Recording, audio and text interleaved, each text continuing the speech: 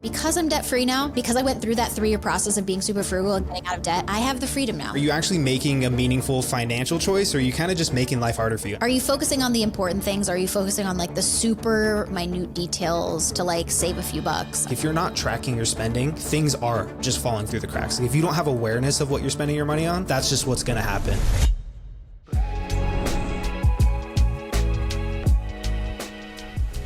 Is being frugal actually helping you, or is it just making your life harder? And what can you do to make a real difference with your finances? Welcome back to the show, everyone. Lauren and I are back for our weekly episode where we talk all things money, from getting out of debt, budgeting, investing, and all the other crazy things going on in the world of finance. Now, Lauren, I was online the other day and I saw this video, and this girl's talking about some of the, more wild things she's done to be frugal. And one of them in particular was reusing old paper towels. And I don't know, it kind of just got me thinking about like ways that people can cut back to save money on expenses. But then like it kind of just like brought up this question for me, like doing some of these, wild frugal things, like are you actually making a meaningful financial choice, or are you kind of just making life harder for you? I don't know. What do you think?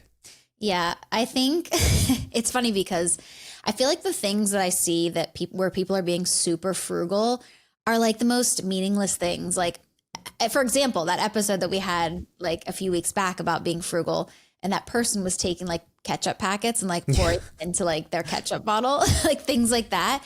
Like, I'm not sure if that's really doing anything for you financially. But I think if they were to be more frugal, let's say with like their housing or like the car they choose, I feel like that would be a better financial choice rather than just like doing these little random things that at the end of the day are really going to save you what? Like what is a bottle of ketchup? Like how much ketchup is in that bottle that you're, filling up, So I think a lot of times like the small frugal things people try to do like don't really have a big impact, but I wish people would like be more frugal in like the bigger things in life. I don't know. That's just what my initial thought is. No, that 100% makes sense. Like, I feel like frugality across like the bigger areas of your budget, like whether it's dining out or like if you like to go shopping or buy clothes, like things like that, or especially like your grocery bill, right? Like choosing to buy like maybe some of the cheaper products versus like organic or versus name brands, right? Like I feel like that can make real differences in your finances versus like, I don't know. It's almost crossing the line to be of like being frugal versus just being cheap, And to me, like being cheap is, I don't know. To me, it's almost not worth the time, as opposed to like if you were to be meaningfully like frugal across the broad sections of your budget, for example, like that could make a big difference versus like being cheap is more to me is like, I just don't want to spend the money because I don't want to spend the money, So I don't know. But like, I guess like what, you kind of mentioned some of the other ones. Like, what do you feel like are some of the crazier things you've seen like people try to do with being frugal? Yeah, I think extreme couponing. Now, if you ever watched that show, I go back and forth. Like, yeah, it could be a really great thing for like bigger families. So that kind of stuff, like extreme couponing. But how many like bars of soap do you actually need? I don't know. Sometimes I see those closets and I'm just like, that is too much for me. I don't know. I mean, they do get this stuff for free. So I think that's pretty frugal. But some of those other things I think the problem is now I'm skewed from like what I've seen as frugal because of that episode that we did, because like reusing that, what is it, gray water for like to flush your toilet and stuff, which is just super strange. And I think there is something here. So I will say, like, I think frugal, and another term that people might consider frugal, but I don't, I think is like resourceful. So I'd say my mom is like, she's also frugal with her money, but she is resourceful. So for example, if she has a loaf of bread, she will keep that bread bag to use for like muffins or something in the future. I don't really think she's trying to like save money by not having to use a bag, but I just think she's trying to like be like resourceful in that sense and like reuse stuff, like recycle, reuse. Like that's something else that I sort of like line up there with frugality is like, being resourceful, but I don't think it always necessarily means that you're trying to save money, but maybe just like not using as much plastic and stuff like that. I think I'm resourceful. I don't think I'm super, super frugal anymore, but, yeah. So I don't know. There's a few things out there. Like, and then the guy that, what was the guy that ate the potatoes? That's pretty cool. Yeah.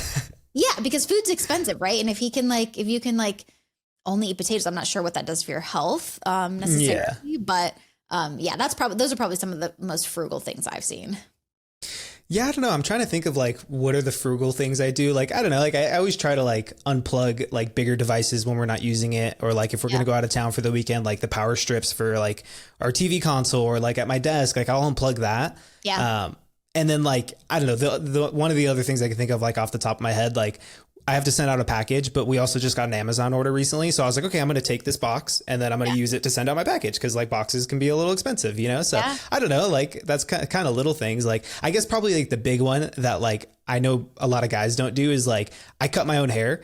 And I will say I take pretty big pride in my barbering skills over these last 5 years. But like, it was funny because I started cutting my hair right before like the whole COVID stuff happened. And then it just so happened to be like a huge life skill that I was like, you know what, like I can just keep doing this. And it mainly happened because I was like, I don't want to spend the time to go to the barber shop. Cause like, you know, if you go to like a pretty decent barbershop, it's going to take them like 45 minutes to an hour. Some of them are a little extra. Like they'll give you like I went to this one barber who had like this hand back massage machine and he would kind of just like rub your neck a little bit after that. You know, he was going for the tips and I totally respect it. But like, to me, it's like, okay, I'm going to cut my hair cause it just saves me time. Like now I can be in and out of the, you know, the bathroom cutting my hair in like 30 minutes. And so like, that just saves me a whole lot of time. And like, you know, a good barber, I would say is pretty expensive now, like $50 on the cheap end up to like $75. Like I think for my wedding, I spent like $100 on my haircut. And it's like, that's not something I want to do on a monthly basis, but my husband goes to the barber like every like 2 or 3 weeks. Exactly. Exactly. I think he definitely like cares about his hair more than I do. So yeah, totally get that. I wish we could get him on like the doing your own thing, but he's very, very, very particular about how his hair looks. So yeah. No, I get it. Like I try to cut my hair every like 2 to 3 weeks. And like, if I go a month without cutting it, like I'm just looking wild, you know? So I totally get it. But I'm also like, I don't want to spend like over $100 a month, like going to the barber shop and like, you know, like, especially for something like that, where it's like they can go the extra mile on a service. I'm like, I want to tip well, but like, that means I'm only going to go to the barber if it's like a special occasion or something. But no, I totally get that. And like in high school, I remember all the guys, we would go to like the little barbershop down the street and it was like $40 for each of us. And we would all go like every 2 weeks, like on a schedule. But now I'm just like, I don't know. I don't think I want to spend the money to do that. Yeah. And I think, you know, men have it super frequently, but women, our appointments are more expensive because we get like, you know, color and, you know, all that stuff. So this is a side note, but I'm going to be more frugal with my hair these days because I moved to Chicago and went and got my hair like highlighted and stuff. And like, I just didn't realize like the cost. Like I was used to like Pittsburgh prices. So I was like, nah, it looks similar, you know? And I walked out of there and it was almost double. So I was like over $400. Nice. That was this fall. And I was like, you know, I'm not super frugal. Like I like to spend money on that kind of stuff. Like that's fine. But I was just like, that's too much for me. So I'm actually like going home to Pennsylvania next month and I'm just like going to get it done there by somebody. And like, it's going to be like half the price, you know? So I think for me, I'm going to do like 2 times a year moving forward. Yeah. Because I just like don't want to spend, like I'm not like I said, I like to spend money on it, but like, I'm not going to spend that much money on my hair. You know what I mean? So yeah, hair stuff. No, I totally get that. I feel like there's things in my life to where like, I don't know, no matter how well we might be doing financially or like how far ahead I can get like earlier in life, there's just things I'm like, it just doesn't make sense for me to like spend the money on that. Like getting my car washed. Like I love just going to like those pull up or car stations where you can just rinse it yourself and it costs you like maybe $5 in quarters. Right. Like to me, I'm like, that's totally worth it. It's actually kind of fun to do. Like you're taking care of your own car. But I don't know. Yeah. I think there comes a time too where you also have to like, when it comes to like frugality, you also have to consider like the opportunity cost too, right? Like, cause a lot of times when you can find a way to be more frugal, a lot of times it can coincide with like also having to spend more time to either do it yourself or go about it in a way that's very frugal. And therefore you're then spending more time. And so at what point in your financial journey does being frugal actually cost you more money? Because even though up front you're saving the cost, like maybe on the back end, you're spending a whole lot more time that could be used, you know, figuring out how you can earn more income or optimizing your finances or whatever it is, right? Like I almost feel like that has to be part of the conversation. Now, obviously earlier on in your journey, being frugal is a huge plus, right? But at a certain point, like, you know, depending on what your income is, like your time becomes, you can correlate that with your income, right? And so if you're spending more time doing things just to save a buck, like at what point is there kind of like that, where you have to assess, like, is this the best use of my time, you know? Yeah. Yeah, I definitely think so. But like I said, I think, you know, I think a lot of people focus on like the super small stuff and I'm like, I don't know if that's really, maybe it's just like a hobby. You know what I mean? Like I think people that coupon like to hobby, maybe it's just like a hobby. Like you just try to be super frugal. I don't know. But yeah, I think sometimes people get wrapped up in the small things, but they really should be focused on like the bigger things in life, you know? No, absolutely. And, you know, this whole talk about being frugal, I think is the perfect segue into the first question. So why don't I go ahead and jump into it? Yeah. So this person wrote, do you think living frugally is good even if you can afford to live more expensively? Or do you think people should prioritize the freedom of spending money? Say someone was truly in a good financial position and they were on track to secure their retirement, but they were driving a beater car that's several years old. Do you think they're making the right choice, or should they spend the money to upgrade their vehicle? Imagine the same idea with a house or other items. Should you upgrade just because you have the means to do so? It also seems like once you buy expensive items, it snowballs into wanting more and more. On the other hand, you only get to live one life. I love this. I don't know. I think as a society, we just like naturally like think that like somebody who is rich just automatically needs like the most expensive cars, the biggest homes, the best clothes, like the Gucci, the Louis Vuitton bags, you know, things like that. So I think like when someone like this person says, like when someone makes more money, do they have to automatically do that? And it's like, no, because we need to stop associating those things together. I don't know. I don't know. For me, like I've made more money over the past few years. I'm in my mid 30s now. So I feel like my career is sort of like, well, I changed careers a few years ago, but I feel like my career now is sort of like in a healthy place. But I feel like I still live the same. Like there's obviously certain things that I can do differently now that I wasn't able to do when I was making $40,000 a year, obviously. But relatively, I keep my life the same because my goals are not in the material things. Like I will drive a Honda or Toyota or like one of their luxury brands for like the rest of my life. I will never stray away from that. Probably a Honda for the rest of my life. You know, so I don't think you have to like increase your life just because you're making more money. My goals are more in like saving up for retirement and making sure that I'm ready for that sooner rather than later, because I don't want to have to work until I'm 65 or 70. So I think, you know, for me, the freedom with my money is really spending it where I want to spend it, which is focusing on my retirement. And like, I just haven't increased my life much from where I was most of my life. So I don't know. What do you think? No, I think that's a really great perspective. And I feel like if you use frugality as a means of getting out of like a bad financial situation or to improve your financial life, like I feel like if there's enough time of you having to do that, right? Like you have to be frugal for a few years on end, you can almost get to a point where, and I feel like this could be different for different people, but like you either get to a point where you're like, man, I can't wait to spend money. Now I'm in a good position. Or you get to a place where you're like, you know what? Life really hasn't been that bad living frugally. And I could see the progress that it's made for me.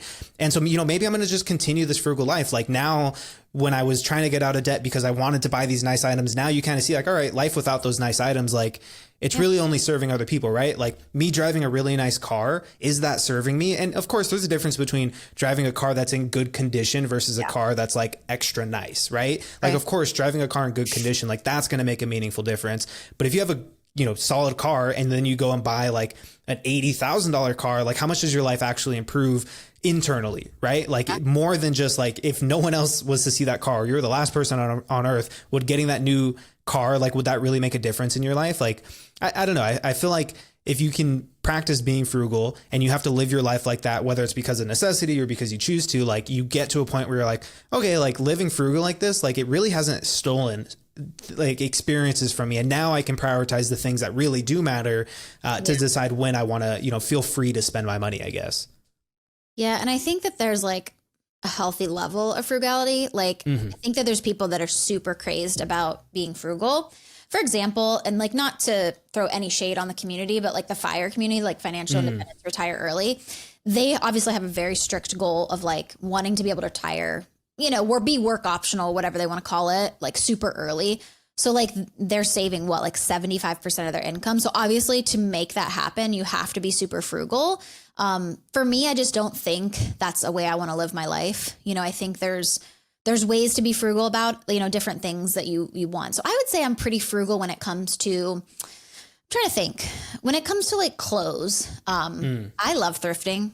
I love a Goodwill haul. Like I love those thrifting like Instagram sites. Like I follow a bunch and I'll get a lot of clothes from there. Like a lot of my clothes are secondhand. So I'd say in that way I'm more frugal.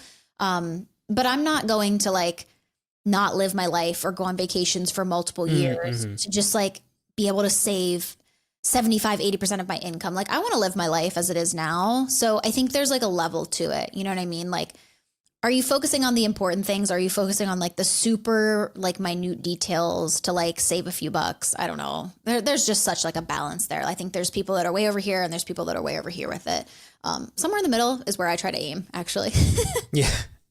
No, 100%. Like, I feel like for me, it's like prioritize the things that really matter. Like you said, like if it's going to travel or spending money on like the things that are important to you, and then just be flexible on everything else. Like I know like for my wife and I, like when we go out to eat, like we look like, is there a happy hour that we can go to? Like, can we maybe shift the schedule of things we wanted to do today so we can go during happy hour? And now like our food's like half the price. Or like if I need to go buy clothes, like I know, you know, my wife is a huge fan of going to like Goodwill. I also like no shame in shopping at like Marshalls or buying bulk, you know, clothes in bulk from like Costco or whatever, or even Target. Like to me, like I can't remember the last time I bought like an actual piece of like Nike clothing or something like that wasn't from Marshalls and it was discounted, you know, like things like that, because those are the things that like aren't important to me, you know, like obviously I want to dress nice or whatever, or have a fun night going out. But to me, it's like, if I go the frugal route of still achieving that, like to me, it doesn't make a difference, but I would rather have the money to say, you know what, we want to go take a trip for, my wife's sister's birthday is coming up, you know, next month. And so we were like last minute, you know what, let's just book a trip for it. And like, to me, like I'm totally fine spending the money on that,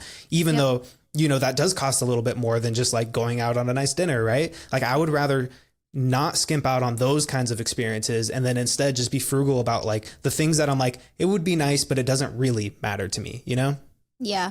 Yeah, I will say, I think one thing that like over the years, like obviously when I was getting out of debt, this was like all way different, but like we actually are not frugal about eating out. Like as far as like when we do go to eat out, we are frugal in the fact that like we don't do it. We rarely eat out during the week. It's normally like once or twice a weekend type deal. Because that's something we really value. We love going to good restaurants, trying new foods, eating good foods. So for us, like that's something we're not going to be frugal about. I think there's some people that could use a little more frugality in that kind of sense, because like they're spending too much, you know, eating out throughout the week and then on the weekends, and then it's just become way too much in their budget. So I don't know, for us, like that's a level of frugality we have with like eating out. Like we don't really have one because we only do it like certain times. And then like you said, vacations, same thing with us. Like we really value like a good quality trip. Like we love to go to those resorts, like all inclusive resorts, like the adult ones. Oh my gosh. We haven't been to one in a while. It's only been a year, but we haven't been to one in a little bit. So long. Yeah, I know. But with our older dog, it's like hard to travel right now. So we're looking forward to being able to go to one in the future. So we do have a travel fund that we really do not skimp out on travel. That's something I won't do. We won't stay at like cheap hotels. Like that's definitely something we prioritize there as far as that goes. But yeah, my husband and I are the same way. We don't spend a ton on clothes. Like our furniture, you know, things in our house, we don't have like extravagant like things in our home. You know, so I think that's how we sort of balance it out, I guess. Yeah, no, I'm really glad you mentioned the budget. Cause like, okay, for example, like I'm fine, like, you know, finding like happy hour deals. And like, I know my wife is always like, the first thing she looks at is the prices on the menu and when is their happy hour. Right. Yeah. And like to us, like, that's just an area where I'm, you know, I'm totally cool going cheap on. For you, you're like, no, I want to spend the money on here and it's in your budget still. Right. Like you still are living within the budget. You just maybe allocate a little bit more funds to that line item in the budget, but it's not like that is taking away from you hitting those other goals. You know, like it's still like, this is still a line item. Like I'm still going to spend within reason, at least when it comes to like my overall budget. But like, you know, to bring it back to what this person asked, like, do you think people should prioritize the freedom of spending money? Like, I definitely think like, you know, if you're in a bad financial situation, like you shouldn't prioritize the freedom of spending money, right? Like the goal should be to improve your financial situation. Now, obviously, I think this question is geared more towards once you're beyond that. Yeah. Like, I do think you should prioritize freedom of spending money, but I think with a caveat that like it should be on only the things that actually matter to you, only the things that bring value to you. You know, if you're just spending money because you're like, oh, well, I don't have to live broke now. I don't have to live cheap. Like, I don't need to be frugal. Like, if you spent like a certain amount of money over here versus like going somewhere more expensive, like, is that really adding more value value to your life. Like if it is, awesome, like go for it. You're in a position to do it. But if it's not adding a whole lot more value, like you could totally reprioritize those funds towards something that does add value. And I don't think that needs to take away from like your freedom of spending money. Yeah, for sure. All right, taking a quick break from today's episode, Lauren and I have some exciting news we'd like to share with you. If you're feeling stuck with your finances and don't know where to start, we have you covered with our one-on-one financial coaching. These are no strings attached coaching sessions that you can sign up for today. No ongoing commitment. You simply book a session whenever you need one. Each call is 90 minutes, and by the end of it, you'll have a clear budget to work with and a solid plan to start paying off your debt. Plus, we'll make sure you walk away with some awesome tools to keep you on track, including our budget dashboard and expense tracker, as well as our debt payoff optimizer. And the best part, you'll get to work with both of us on the call. Together, we'll help you develop the best possible strategy forward, answer your questions, and make sure you feel confident about managing your money. So if you're ready to get a handle on your budget and kickstart your financial journey forward, check out the link in the show notes to book your first session. We can't wait to get started with you. Now, back to the episode. So, we've talked a lot about living frugally versus being cheap. Where do you think people should cut back with their spending? Like what sacrifices to the budget are worth the effort? Yeah, I think a lot of it has to do with like what we said in the last one. Like if you can identify the areas inside of your life and more particularly like in your budget that are important to you, like don't worry about cutting back on those areas. Now, obviously, this is going to depend on your financial situation. If you need to cut back across the board, that's a conversation to be had, right? But like if you're in a good financial position, like look at the areas where you think your life gets a lot of value out of. For some people, it's like, you know what? I want to eat only organic foods. Or I want my food to be of a certain quality. And so therefore I'm going to spend more money on my grocery budget, but maybe that means I'm probably spending less on eating out or whatever it is, right? Like if you can identify those things, like go all in on those and then be flexible with everything else. Like I think to me, that's worth the time of like, where can I cut back? Maybe for example, though, like one of the important areas for you is like where you live. Like, yeah, you could find cheaper rent or you could buy a cheaper house, but for you, like that is a super important line item in the budget. Like I want to live in this specific area or I want it to be of this certain quality.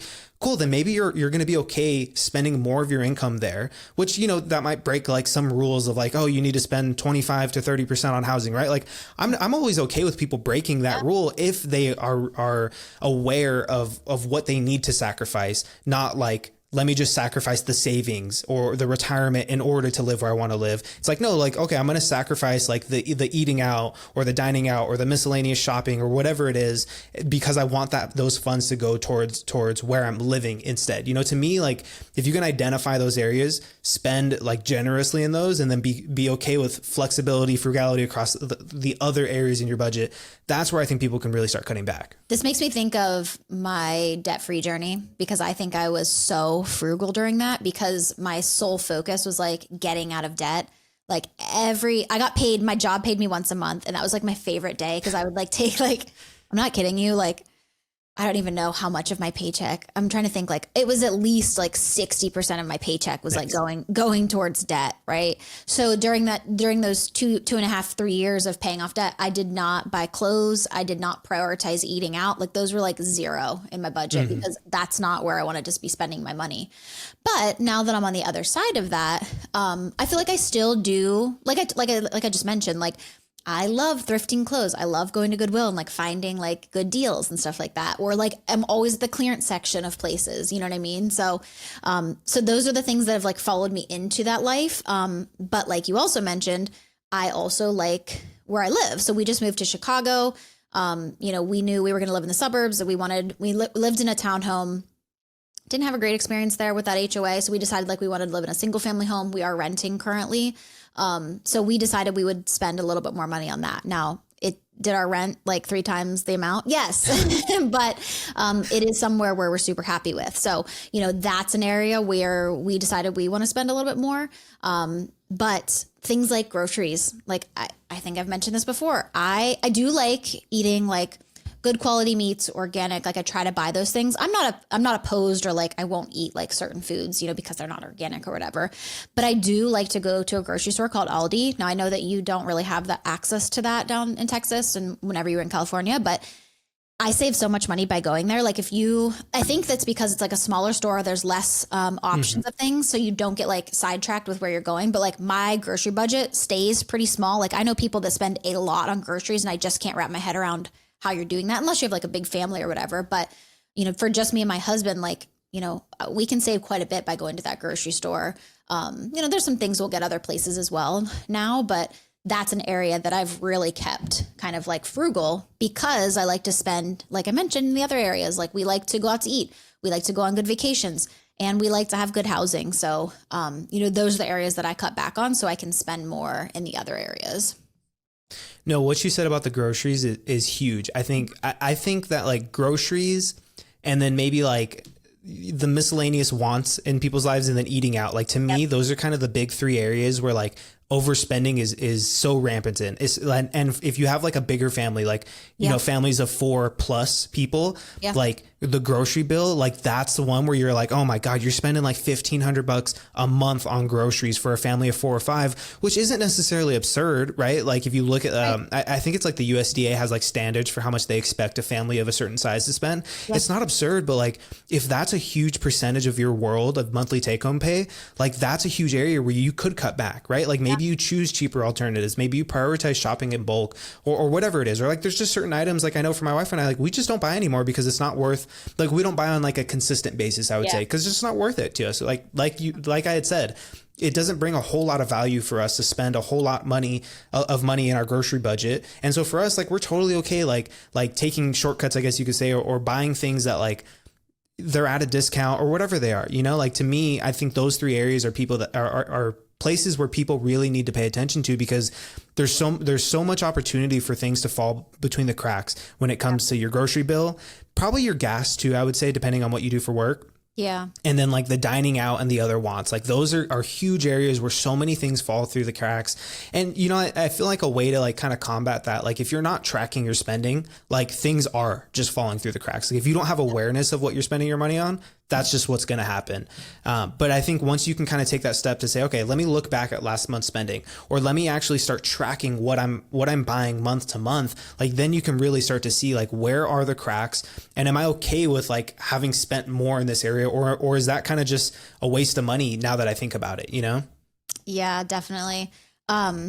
And I feel like as far as grocery go, like, I do agree with you. I think groceries and eating out and like miscellaneous expenses, like if you were to look at like the average American budget, I would say like that's a lot of where like the extra spending is.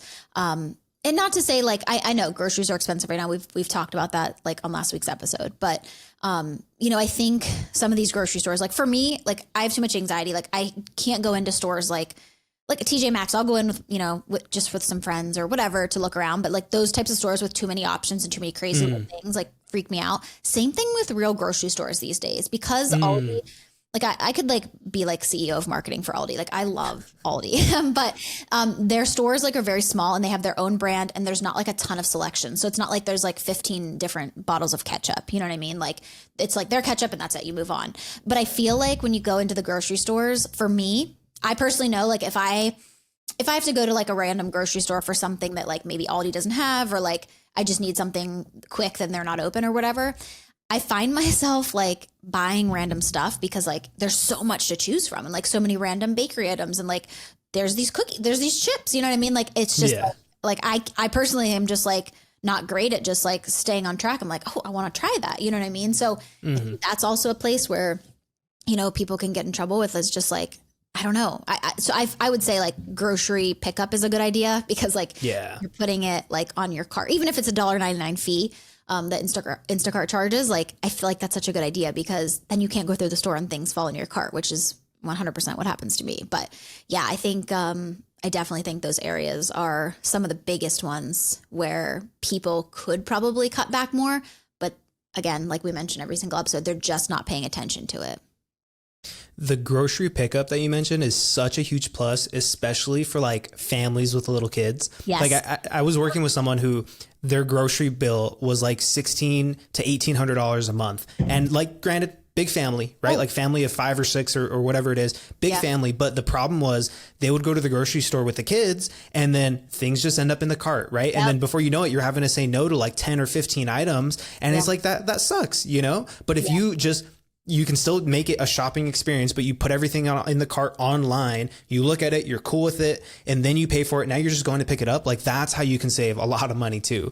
But I think there's a flip side to this conversation. And I think this next question really like digs into it, but like, there's being frugal, right? And but then there's also knowing when it is appropriate to actually add some lifestyle creep into your life. And so, this next person wrote, how do you balance lifestyle creep versus actually improving your quality of life? I grew up in a very low income household most of my life. We always had good food on the table, but that was really the extent of our luxuries. After years of sacrificing, I'm finally at a point where I'm earning more than I ever dreamed of. But because I never really had nice things growing up, spending money beyond the necessities just feels like I'm being wasteful, even when I can afford it. I've prided myself in living frugally to get to where I am today, but there are things I want to improve, especially where I live. How do you find the balance? How do I allow myself to upgrade my life without going overboard or letting lifestyle creep take control? This is so crazy, Nick, because I feel like I could have wrote this question because that was literally me. I grew up in a low income household and, now I make more money and, I have the means to be able to provide more for myself. Like, I don't know. I love this question. I feel like it brings up some emotions because, that's the question I have to ask myself, especially when I started earning like a higher income a few years ago. I think there was some things that creeped in there. I think lifestyle creep is more of like things that don't provide value. Like I think lifestyle creep is just like doing it because you have the money to do so. And then all of a sudden you're like, wait, what is actually going on in my life? You know what I mean? My budget, I have no money now and what's happening in my life. I don't know. For me, like I like that I grew up in a household like that where I had to like make the most of what we had and really be appreciative of the things that my mom was able to provide for us. Right. For us now, like, I think, I don't know, again, it all comes back to like what you value, like for us, like, I think that's another reason why I like going on vacations and going on trips is because we didn't really get to do that as a kid. I've still never been to Disney World till this day. Can you believe it, Nick? Have you ever been to Disney World? I think I went when I was like 10 or 15. Yeah. I remember like it was either 10 or 15 that we went to Disneyland on the West Coast. Yes. So like I never got to do things like that. The vacations that we did do, we would drive. I never was on a plane until like late high school when I went with somebody else. But like we would drive to like the ocean and it was like a cheap hotel room that we would share with like multiple family members, So I feel like things that I value now is because I didn't have them growing up. I don't think I'm one of those people. I think there are people out there, maybe I'm just rambling now, but I think that there's people out there who come from a situation like this and they really want like all the clothes, all the accessories, like things like they're holding on to those things now because they didn't have those growing up. But I am just sort of like, I like those sort of like humble like pieces of myself. But I do try to like, now that I do try to allow myself like enjoy a vacation, you know what I mean? Cause not that we had a good life, but like it wasn't, anything super crazy. So I don't know. That was just a bunch of rambling, but just kind of like what I thought of. Cause it really relates to like my life, Yeah, no, I 100% agree with that. And that's like what I said earlier about like you either, if you've had to live frugally to get out of a tough financial situation, you either get to the place where you're like, you know what, I didn't have these things. And so now I'm just going to buy them just to have them because I didn't have them growing up. Or you recognize like, you know what, being frugal didn't steal the life that I imagined, right? It just taught me some things that, you know what, I don't need to live with these things. And so you kind of like are at that crossroads once you get out of a bad financial situation. Yeah. But like you said, like, I think it's about identifying what's important and then spending generously on those when you have the means to, and then being flexible with the things that aren't important, that aren't adding value. And like this person said, like, if they're in a really good financial situation, they didn't grow up with a lot of resources, but now they're like, you know what, I just feel wasteful spending money if I don't need to. It's like, I think that's when the power of budgeting really comes in. As lame as that can sound, like budgeting really works both ways, right? Like it does keep your spending in track, but it also does give you the permission to spend money. And like, there's a lot of people who are in situations like this where they grew up without having a lot. Yeah. Now that they do, they feel like guilt for spending that money. And I think that's when like the other side of budgeting can really come in, where you have to include intentional line items in the budget where you're like, you know what, I am going to spend this money, even if it pains me to, even if it feels like a waste of money. Obviously, as long as you're in a good financial situation, to kind of break that mentality of like, you know what, like I don't need it. And so therefore I can't buy it. Where if you're in a good spot, there are things that you don't need, but they do just improve the quality of your life, right? Like having a roof over your your head is the same, whether it's a nice roof or a bad roof, right? But if you're in a good financial situation, you're like, I've never lived somewhere nice, or I don't feel like safe leaving when it's after dark, right? Like, and you're in a good spot, like, cool, maybe spend the money. Like this person said, like spend the money to improve the thing that does matter to you, like the area that you can afford to live in. But then like if buying fancy clothes or random little things doesn't matter to you, like don't waste your money on that. Cause that is, like you had said, that's what would feel more like lifestyle creep, is to buy the unnecessary items that don't bring value to you. Yeah. And I also think when you're spending, like say now you make more money and you're spending and like your retirement accounts are lacking, you know what I mean? Like, I think that's important for me. It's like, I have a lot of flexibility these days because I'm debt free now, because I went through that 3-year process of being super frugal and getting out of debt. I have the freedom now. So like, I do realize that. And I've tried to change my mindset, because another ramble, but I do think that, you know, coming from a background like low income, like I did, I think my best friend's also this way. Like we have a very similar mindset in that way. Like this person too, like it just feels like you're being wasteful, and you just like, we're just so used to like save. And like, oh, we can't afford that and all this stuff, that we have to like sort of change our mindset a little bit around it, because I don't want to live my life like throwing every single dollar I have at my retirement account so it hits $1 million. And I can just be like, woo, you know, and then it's like, what then? You know what I mean? I just wasted a ton of time doing this, but haven't really lived my life. So I don't know. I find the balance by, you know, making sure that my biggest goal, which is my retirement, is well funded and allowing me to hit the goal I want to hit when I want to hit it. But then allowing myself to just like enjoy life a little bit, you know, like I'm not going to go buy a Louis Vuitton bag. That stuff I don't value that, you know, but I think that, you know, allowing myself to spend on some things that I probably wouldn't have in the past. I don't know, it makes me feel good. But I think the biggest thing is just trying to change my mindset a little bit around it, because I think I've heard so many times, like people who even you'll hear like on podcasts that I've listened to, like millionaires who are super frugal. And then they think someday when they hit this net worth goal that like they're going to suddenly switch, you know, and you don't. So I think that I think it's good to like, I don't know, introduce things into your life and maybe try them out. Does it feel good? If not, then maybe don't spend money on it, you know, but I don't know. It is a fine line there. And I think it's also like how you grew up and like your mindset around it. Yeah, definitely.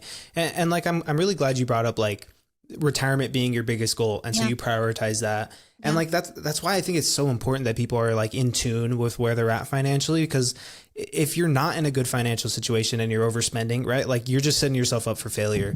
But if you can be in tune with where you're at with your finances, and you know, okay, like these are my top 2 or 3 goals that I want to, you know, be able to retire comfortably, afford a home, or whatever it is, right? Like if you're on track with making progress towards those goals, like you feel good about the progress, sure, maybe you could make even faster progress, but you know, if you feel like you're happy with the progress that you are making, like don't be afraid to spend what's left over, you know, because then you could end up in the situation like you had mentioned where you get to, you know, 50, 60, 70 years old, and now you hit the number that like that's what you've been chasing after. But what then? You know, what happens when you get to that number and you realize you spent the last 30, 40 years living so frugally, so to the point where you're like, I'm not gonna indulge in experiences, or I'm not gonna go the extra mile to make things happen for myself because I just was chasing this number. You know, there's definitely a balance to this. Like I think that's a huge part, is like, if you are on track, or you are identifying the areas that are going to bring value and you're spending in those,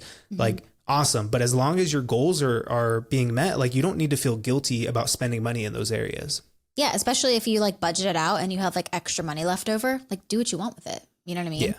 I don't know. That's how I sort of look at it too. I do think that there's still some things ingrained deep inside of me where I just like don't want to spend my money on. For example, I think it was like last summer, I had decided like I wanted to start getting my nails done more regularly, like at the salon. So I did it for a few like months, and then I was like, I just didn't like the way my nails were like so unhealthy underneath the gel. So I just decided to like stop doing that. And I just like got a little kit and I'm doing them on my own now. But I mean, it's not like a ton of money, but like at the same time, it is like over a period of time. Like if it's like $60 every 3 weeks that you go, plus the tip, you know, you're looking at like what, like $80, you know, every 3 weeks. So that adds up quick. Yeah, it really does. And like, could I afford it? Sure. Like I said, I have quite a bit of flexibility with my money now that I am debt free and, you know, making good money, but that's not an area that I really want to spend on. And I know there's people out there that really love those type of things, like, you know, different spa treatments and nails and stuff like that. I'll do it every once in a while. But, so I think that's the thing too. It's like, you don't have to spend all that. Like some people like think like, should I just like completely upgrade my lifestyle and do this? And it's like, maybe just like treat yourself once in a while. You know what I mean? Yeah. Like that's what I do personally. But yeah, I think that's more of like, I don't think that's a lifestyle creep. I just think like, I just like to be able to be a little flexible with my money now that I'm in a different situation. Yeah. Definitely. You know, it's funny, like you had mentioned that and I'm like, I feel like if I was on the outside looking at my budget, like it probably does look a little sad, you know, like there's not a whole lot of money being spent on like, you know, if like you're in a good financial situation, you look at my budget and you're like, okay, like you're not spending money on like going out. Like I think our going out budget is like $150 or something, which you can make it last. Right. But it's also like, if you go to a nice restaurant, you might spend all of that in one night out, you know? Yeah. But then you look at like, okay, I have like a jujitsu gym membership. That's like $250, which for a gym membership, $250 is pretty expensive, I would say. Yeah. But to me, like that's something that brings a whole lot of value versus like going out and buying clothes or going out and buying random things. Like to me, I'm like, I'd rather just not, you know, like maybe every once in a while, like, and I know for me, like when it comes to like clothes shopping, like I can go like a whole year without buying any clothes, but then I'll go to like, I'll make my rounds between like Costco, Target and Marshalls. And I'll like, you know what, like I'll spend like $200 or $300 at that one time. And then that's going to last, those clothes I'm going to wear for the next several years, you know? So it's kind of like for me, I don't know, like for me, like I can identify like these are the areas that are important. And so like, I don't feel bad about a $250 gym membership, but I would feel bad if I added like several $100s towards like miscellaneous spending, you know? Yeah. No, Nick, we're exactly the same because my CrossFit membership is like $200 a month, which is crazy because some people are like, I know when people talk about their gym memberships, they're like, oh, $25 a month. I'm like, oh my gosh. I wish. Yeah, 200. But yeah, I mean, you pay for like, you know, the programming, the community, whatever. I love it. So I'm not going to change it. But yeah, those are the things I value. And I feel like we're kind of the same in that sense. Like material stuff doesn't really like get us going, but like we really value like, you know, the fun trips and, you know, our health and things like that. So yeah, totally agree. You know, we've talked a lot about living frugally, even when it's kind of taken to the extreme, like we talked about at the beginning of the episode. But I think at the end of the day, like living frugally isn't about cutting back on everything and making these huge sacrifices to your spending, your budgeting. It's really about cutting back on the right things, like the things that don't matter or aren't bringing value to your life. Like that's, I think, areas where you can cut back and not feel the pain of it. But, you know, Lauren, I'm curious what you think are like other things or other areas where people are going wrong when they're trying to be frugal. Yeah. And I think I touched on this at the beginning, but I think a lot of people focus too much on like the small stuff. So like trying to use a coupon for deodorant or, you know what I mean? Or getting McDonald's because it's super cheap. But then they've got like credit card debt. So they're paying all this interest on it. They've bought an expensive car and they have a $700 car payment every month. You know what I mean? Like their home is expensive. Now I know homes are a little bit expensive these days, but you know, different things like that. Like I wish people would stop focusing on like the super small stuff. Like we mentioned before, like the ketchup that you're going to put in taking the ketchup packets and putting them in your bottle. That is doing nothing for you, but just like for stuff, it's just not doing anything for you. So I wouldn't even do that. But like focusing on the bigger things that you could be frugal with, that would actually make a difference. If you're going to be frugal, why not be frugal about where you're spending your money and what's going on your credit card? You know what I mean? And start getting some better habits there so that your credit card isn't going further. You're not going further into debt and paying more money with that. I don't know. I just think sometimes we just like, we focus on like the smallest things, but like, it's really like the big things that like are going to make the biggest dent in when it comes to your money. I don't know. Yeah. I feel like when it comes to being frugal, like to a fault, I almost think you need to like audit, like, is this making the impact that I think it's making? Yeah. And, you know, with a lot of these things, like if you're like, all right, like I'm going to not spend money on X item or on a ketchup bottle or whatever, like you could really see like, okay, what is my like monthly savings by doing this? And like, let me project that out over a few years, right? Like, am I really doing all this effort to save like a couple $100 over the course of the next few years? Or is it making a meaningful difference in like, yeah, no, this saves me like $1,000 a year or a couple $1,000 a year. I could pay off more debt with it or invest more with it. It's like, okay, like if you have like some real numbers behind it, I think that's when you can kind of assess, like, am I being like too frugal to where now it's kind of crossing the line into being cheap, or am I just like, or am I actually like taking advantage of being frugal and it's making a real difference with my finances? Now, Lauren, I do have a question for you. I feel like I would say this was probably like big in like, I don't know, maybe it was like a year or 2 years ago where like you would hear from like these real like super rich boomers and they'd be like, oh, you need to cut back on like the avocado toast. Like, do you think like that is an area where people are being a little dramatic and like, no, like cutting back on that's not going to make a difference? Or do you think like that kind of spending where you're going the extra mile for these little things like that, where that is making a difference, where now they can't make the progress they could be making? I'm like 50-50 between this argument. So I understand like what they're saying, but at the same time, like we talked about, I think the last episode or the one before, about how housing has went up so much and like wages have stayed stagnant. So like the houses that our parents were able to afford are like 10 times the amount now. And like the wages are not much more than they were back then. You know what I mean? So yeah, I get it, but I don't fully agree. I do think, like we've already talked about, I do think food and like eating out and like miscellaneous expenses can really, really add up more so than people actually think. And even working with clients, like taking a look at like where their spending is going, like they even realize like, oh, now that I'm looking at it, like I do think I could probably cut back on this food because I hate that I'm spending $500 a month on eating out. You know what I mean? So it does. I agree somewhat with like, yes, maybe there's some things you need to roll back there. Probably, you know, door dashing multiple times per week is probably not a good thing. And you're probably spending a lot of money there. But at the same time, I think, which is a whole other argument that we're not going to get into today, is like, yeah, wages are not up with, you know, with the cost of living these days, I think. I totally get what you're saying about like being split 50-50 on it. Cause like on the one hand, I'm like, if you're buying Starbucks every single day before you go to work, like, I don't know, to me, like that's a good chunk of money. You know, Starbucks isn't cheap and you can make that coffee at home for pennies on the dollar, you know? So like from that perspective, I'm like, if this is something you're doing every day and it's not bringing value to your life, like, yeah, you could be cutting at that and then probably see a real difference in your finances. But like, on the other hand, like, you know, if you're going to go the extra mile when you go and eat out, but like, you know what, like maybe I go on Sundays to get brunch every weekend with like a couple friends. And like, that's where I'm, buying the avocado toast and going extra on buying like coffee or whatever. Like, okay, like that's a real experience that you're having. And that could be, you know, that could be actually adding value to your life. And so I don't think cutting that, like that could be cutting more than just like, yeah, it saves me $80 when I don't spend that, but you're also like losing out on that experience as well. You know, like cutting that is more than just saving on money. You know, now you're losing out on an experience. So I think you kind of got to assess it like we had talked about this whole episode, like the value that dollar is going towards, right? Like if it's bringing you value, cool, then like spend on it, right? As obviously if you're in a good spot to be doing that. But if it's not bringing you value, like it just doesn't, I don't know, it just doesn't make sense for you to be spending it. And that's when I kind of lean towards the boomer mentality of like, you don't need to buy Starbucks every single day or get your avocado toast or DoorDash every day. To me, I'm like, that kind of stuff, like that area of it is to me a waste in my mind. Yeah. And just like a side note, when you're talking about Starbucks, like that's one thing. I will go to a coffee shop like once every other week to like work and I'll get a latte because I think lattes are fun. But we do not do Starbucks around here. We have an espresso machine. Do you know? Nice. Like we love those. And like, so the Nespresso machine, I think it was like, I think now you can get them at like $99 at Target or something, but we get like the Vertua pods to put in them.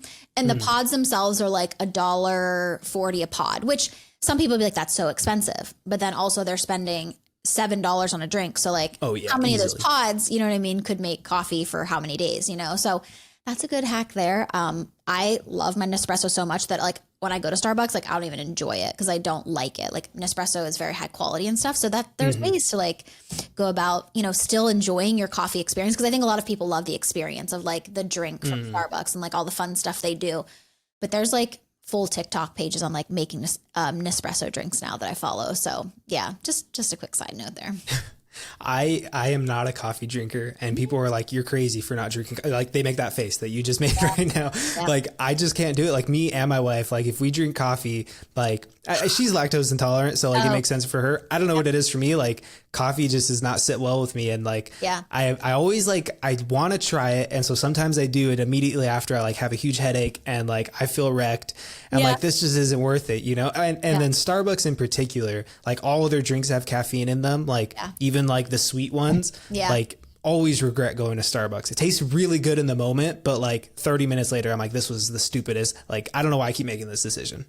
Nick, I wish I could not be a coffee drinker. I started like when I was probably like 26 or 27, like drinking coffee. And now it's like, I've started to like scale back. So I had a nice coffee addiction, and now I'm like, I just do the Vertuo, like Nespresso, like half calf pods.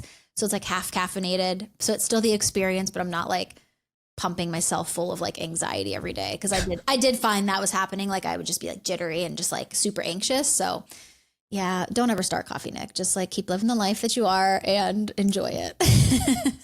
My wife's mom drinks 3 to 4 cups of coffee a day, which Sonia, if you ever hear this, I'm so sorry for ratting you out on it, but I'm like, that's wild to have 3. And even my mom, she'll have like 2 cups of coffee a day. I'm like, I don't know how you do it. Yeah. Like, I don't even drink soda, and that has caffeine too. And I'm like, I just can't do it. Nick, I don't know how do you survive? Like how do you get through the day? You want to know what's super weird? One, my wife will have like hot water in the morning, just hot water, plain. She like will order it from Starbucks. Like, can I just get a cup of hot water? Loves it. It's free. Yeah. Oh, okay. Now she's like been trying more teas and stuff. So she'll do that. But like what I used to do, and I still do it from time to time, is like, I'll get chicken broth, pour it in a coffee mug, heat it up for like 60 seconds. Oh, I love it so much. And like, you know, it has like protein in it and whatnot. But it tastes so good. And I told someone I did that once. They're like, that's the weirdest thing I've ever heard. Straight to jail. Straight to jail. Nick, chicken broth? Oh my God. It tastes so good. I love it. Okay, we're done talking about this. Yep. Well, that wraps up today's episode. And like always, if you found any value from this, if you got a good laugh, consider subscribing and share this with a friend, because that's going to be the best way you can help us grow. Yeah, and if you want to have your money question answered on the show, you can visit our website, justanothermoneypodcast.com, and click the submit a question button. And don't forget to join us for the next episode of Just Another Money Podcast.